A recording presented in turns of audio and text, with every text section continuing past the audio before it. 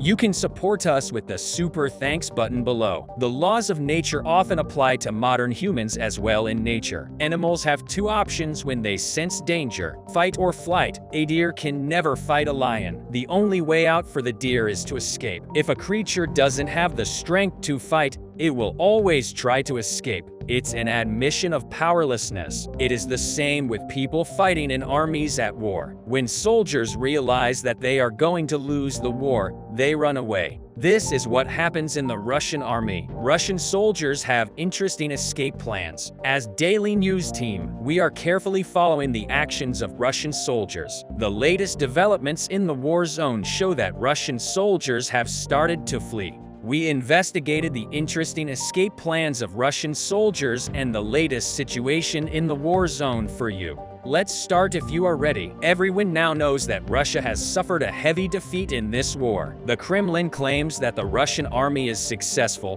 but no one believes it. The Kremlin leadership is constantly revising the military objectives of the Russian army. Russian soldiers are aware of their defeat. Russian soldiers think they should retreat in this war, but Russian commanders won't allow it because the Kremlin does not want this war to end. The Kremlin is sending Russian soldiers to their death. Russian soldiers continue to struggle to survive. They use different methods for this. One of the most common methods used by Russian soldiers is surrendering to the Ukrainian army. It is known that hundreds of thousands of Russian soldiers have surrendered to the Ukrainian army. According to the data announced by the Ukrainian government, there has been a huge increase in this number in the last 2 weeks. The second method of Russian soldiers is not to participate in the fighting. Russian soldiers do not participate in the clashes by hiding in the trenches. In this way, they try to survive. This attitude of Russian soldiers led to the failure of the Russian army. Russian commanders are trying to punish the soldiers who do not want to fight.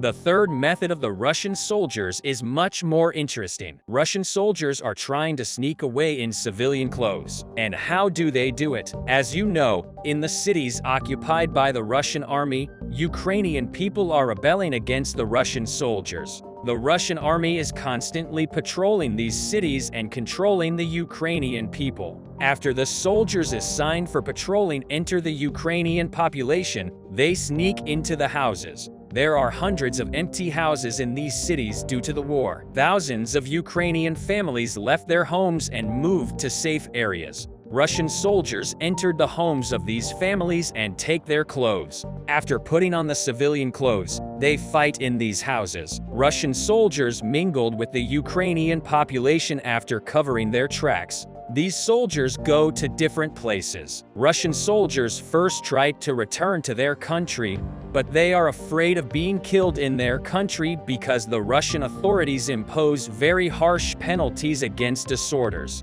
Therefore, Russian soldiers try to go to Poland and other European countries by using mountainous regions. It is very important that this route used by Russian soldiers remains secret. This way more Russian soldiers can leave the war. That's why we prefer not to share information about the route used by Russian soldiers. The first official statement on the defection of Russian soldiers came from Ukraine. The statement made by Yevgeny Belitsky, the exiled mayor of Zaporizhzhia Oblast, has become a hot topic in Ukraine. Belitsky said that he had reports of Russian soldiers fleeing in civilian clothes in Zaporizhzhia. He reported that Russian soldiers, especially around the nuclear power plant in Zaporizhzhia, started to use this method. There are many reasons why Russian troops have started to flee, especially in this region.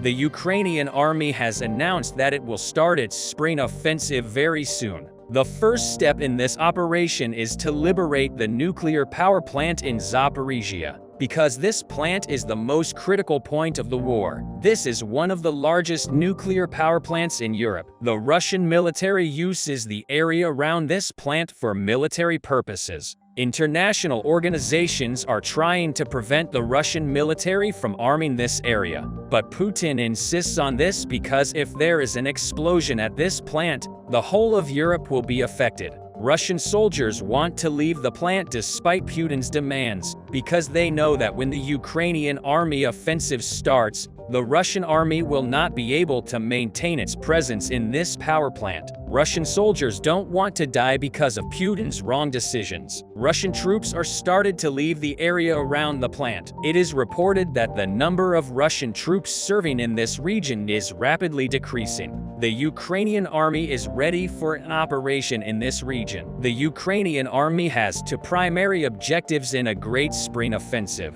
The first is to liberate the Zaporizhzhia nuclear power plant. However, this operation is quite difficult. The Russian army keeps its military equipment very close to the nuclear power plant. If there are huge explosions in this area, the nuclear power plant could be damaged. The Ukrainian army is preparing very carefully for this operation. Ukrainian soldiers will not bomb this area from a distance. Therefore, there will be a close-range clashes between the soldiers. The reduced number of Russian soldiers increases the Ukrainian army's chances of success in this conflict. The whole world is wondering about the outcome of the fighting in the city if Russian soldiers continue to flee or surrender. The Ukrainian army could liberate the city quickly. This operation could be followed by bolder moves in other regions. The second goal of the Ukrainian army for the big offensive is to end the fighting in Bakhmut. As you know, the fighting in Bakhmut has been going on for about 8 months. The Russian army suffered heavy losses in this city as a result of this defeat. The leader of the Wagner Group, Yevgeny Prigozhin, became very angry. Prigozhin said that the Wagner Group would withdraw from Bakhmut on May 10th when the Wagner Group withdraws. The Russian army's strength in Bakhmut will be greatly reduced. According to experts, the Ukrainian army is waiting for the withdrawal of the Wagner Group from Bakhmut to start the big offensive. The Ukrainian army is expected to carry out simultaneous operations in both regions. These operations are expected to inflict great damage on the Russian army. Military experts believe that the Russian army will quickly disintegrate and retreat if the Ukrainian army is victorious in Zaporizhzhia and Bakhmut. It can easily gain the upper hand in other regions, but the Ukrainian army has one more goal. One of the most important goals of the Ukrainian army is to liberate Crimea. There have been Russian troops in Crimea since 2040. Crimea is very important for Russia. That's why the Kremlin does not want to lose control over Crimea. However, the Ukrainian army is also determined to liberate Crimea. Zelensky said the following in a statement on the subject. "This war started in Crimea. It will end in Crimea." Zelensky's statement was widely supported by the people of Crimea. Crimeans are waiting for the Ukrainian army to liberate this region, too. There is a lot of good news from the Zaporizhzhia front. Here the Russians launched a larger-scale offensive operation in an attempt to breach the Ukrainian defense to the north of Volodymyr to cause a chain reaction and collapse the front line. However, the Russians ran into entrenched Ukrainian tanks along the coal mines that completely defeated them and pushed the Russians all the way back to their initial positions. Last time I told you that the Russians finally lost control over the eastern hamlet, which was essential for developing their offensive operation further. So the Russians were forced to start everything from scratch. I also told you that the Russians started shifting their focus to the west of Volodar, likely in an attempt to enter the town from the last fortified side. The main difference between eastern and western axis of advance is twofold. Firstly, assuming the Russians control the closest positions around Volodya, it is much easier to cross the fields by attacking from the east than from the west. However, once the fields are crossed, it is much easier to enter the town and establish positions in the west than in the east. At the first stage of the offensive operation, the Russians bet that shortening the distance as rapidly as possible was the best course of action. But as it turned out, they underestimated the advantageous position of the Ukrainians. The Ukrainians in Volodar just held passive defense, while the Ukrainians in the coal mines launched one counterattack after another, never giving the Russians an opportunity even to start storming the town. Eventually, maintaining positions under constant crossfire took a toll, and the Russians were forced to step back and reconsider their plans. Judging by the actions of the Russians, it looked like the second stage of the offensive operation would largely take place to the west. However, after the Russians advanced in the direction of the industrial area, there are no updates from this region until some reports finally clarified the situation and said that the fields are densely mined, which significantly complicates any advances in the area. But time works against the Russians, which is why they needed to resume their offensive actions somewhere quickly. And as Ukrainian positions in coal mines proved to be the most problematic, they made them the main focus of the second stage of their offensive.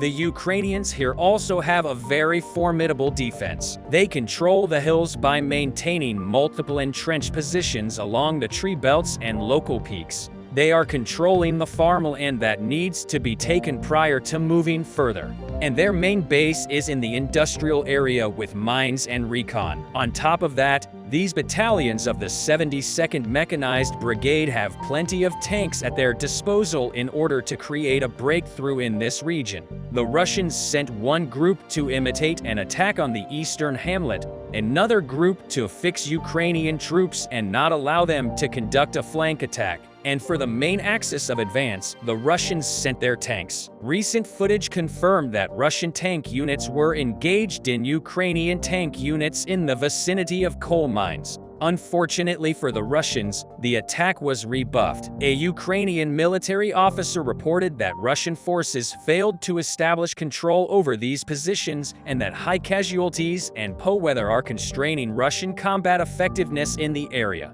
In fact, today, the Ukrainian General Staff reported almost record-high Russian losses that amounted to 920 killed and 2,240 wounded, even though the numbers concerned the whole front line when the Russians stopped offensive actions here to regroup 2 days ago. Their losses were much lower, 650 killed for that day. The Ukrainian military officer commented on the losses and said that Ukrainian forces eliminated the most experienced Russian formations during the renewed Russian assaults near Volodar, and that the 155th Naval Infantry Brigade of the Pacific Fleet had suffered extremely heavy losses. And this is not surprising because after more than a week of incredibly intense fights, the Russians essentially have no progress. Nonetheless, the Ukrainian military officer also added that Russian forces continue to accumulate more troops in the area and will likely continue the localized offensive to capture Volodya. Russian sources reported that Russian forces are engaging in positional fights.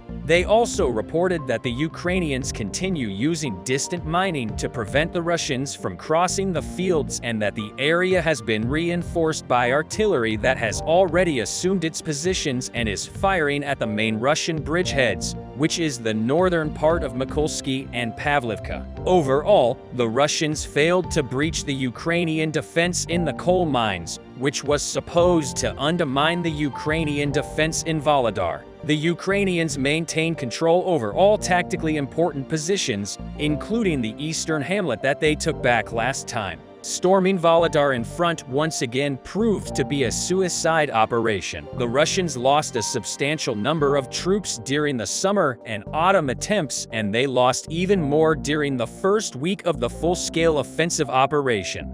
Another support to the Ukrainian army came from China. Putin was furious when he heard about this. Putin made very big decisions after this betrayal. China's attitude stunned the whole world when the power of the Ukrainian army reached a different point. Russia looked for a hole to escape from in the last days of the Russian-Ukrainian war. There have been very big developments. These developments in the agenda have brought the Ukrainian army to a very different point. In response to these developments, the Russian army started to experience great difficulties. But with this betrayal, Putin took action to impose huge sanctions. With the support to the Ukrainian army, it became impossible for the Russian army to stay in the Ukrainian region anymore. Just before the war started, Russia decided to sign an agreement with China in the framework of this treaty of friendship. Everything was ready for the invasion of Russia. That's why many war analysts thought that the Russian-Ukrainian war could lead to World War III at a time when the East and West were divided into such blocks. Such a catastrophe was expected to cause trouble for the whole world.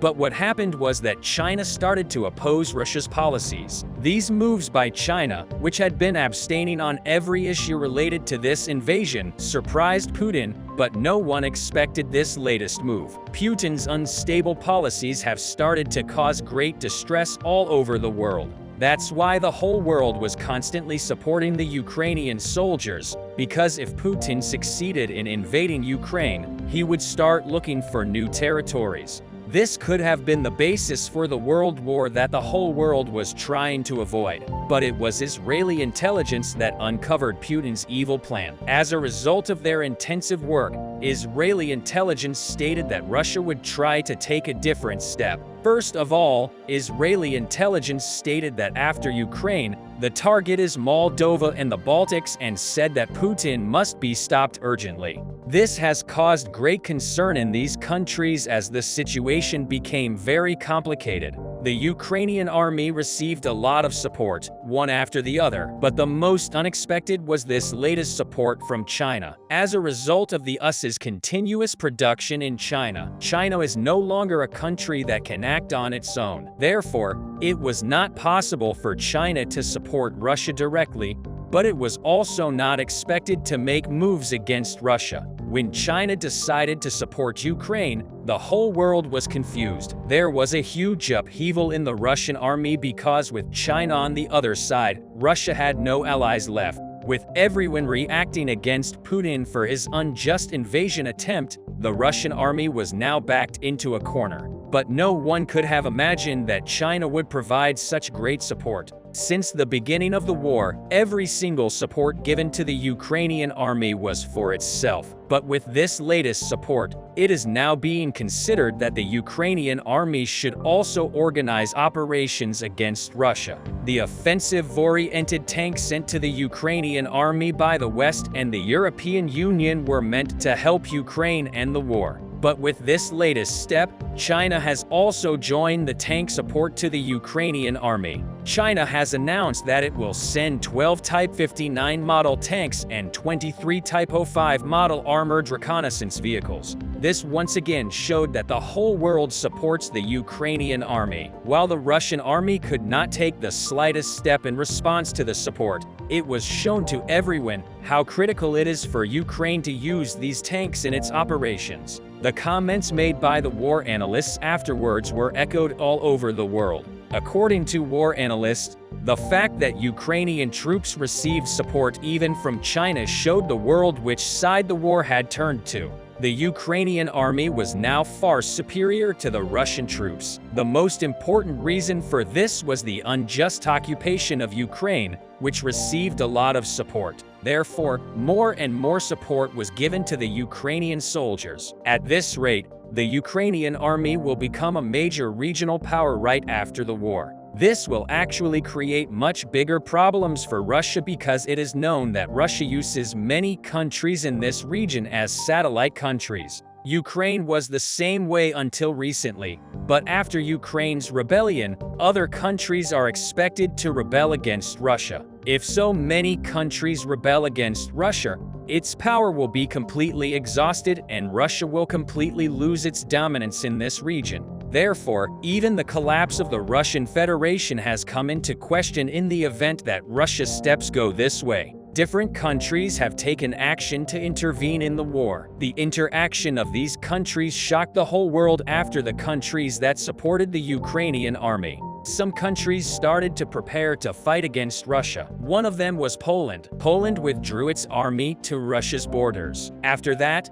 Poland made very threatening statements. Poland said that they would go to war against Russia if Russia entered Kiev. While this situation had a great repercussion all over the world, the Ukrainian army gained a lot of morale after these statements. The main reason for Poland's statements was that Russia wanted to invade Poland. Poland is aware of this and realizes that after the invasion of Ukraine, it will be its turn. Therefore, since the beginning of the war, it has continuously supported Ukraine. It is a matter of curiosity how much more the support can be, especially thanks to Poland's breakthroughs and Leopard-2s. The Ukrainian army has received a very serious modernization. As such, it can be said that Ukrainian soldiers are now far ahead of the Russian army. One of the main reasons for this is Russia's wrong policies at the very beginning of the war. The Russian army attempted a very serious invasion. It went very far into the Ukrainian territory. But then the defense line of the Ukrainian army started to repel the Russian soldiers. Thanks to this repulsion, Ukrainian soldiers put the Russians in a very big crisis because there was a very fast repulse. The Russian army had to leave behind a lot of ammunition and vehicles. After that, Ukrainian soldiers took these vehicles and ammunition into their own inventory and started to use them against the Russian army. This situation started to form the basis of the Russian army's problems with ammunition and weapons. Russia has started a new mobilization to replace the soldiers it lost in Ukraine. Within the scope of this mobilization, a large number of Russian youth were recruited after being recruited. These Russian youth were sent to the headquarters to undergo certain trainings. The weapons given to the Russian youth were recorded as a great disappointment. They started to give Russian youth weapons from the Soviet Union era. The reason for this was that thanks to the successful operations of the Ukrainian army, Russia was in serious trouble. These weapons, combined with the inexperience of the Russian youth, were the basis for very serious problems and very serious injuries. If the Russian army continued to experience such problems, it would lose its control over many areas in Ukraine. But if Ukraine's attacks here continue, Russia's loss of dominance in this region will continue at full speed. And this could be the basis for Russia to face very serious problems and for Putin to lose power.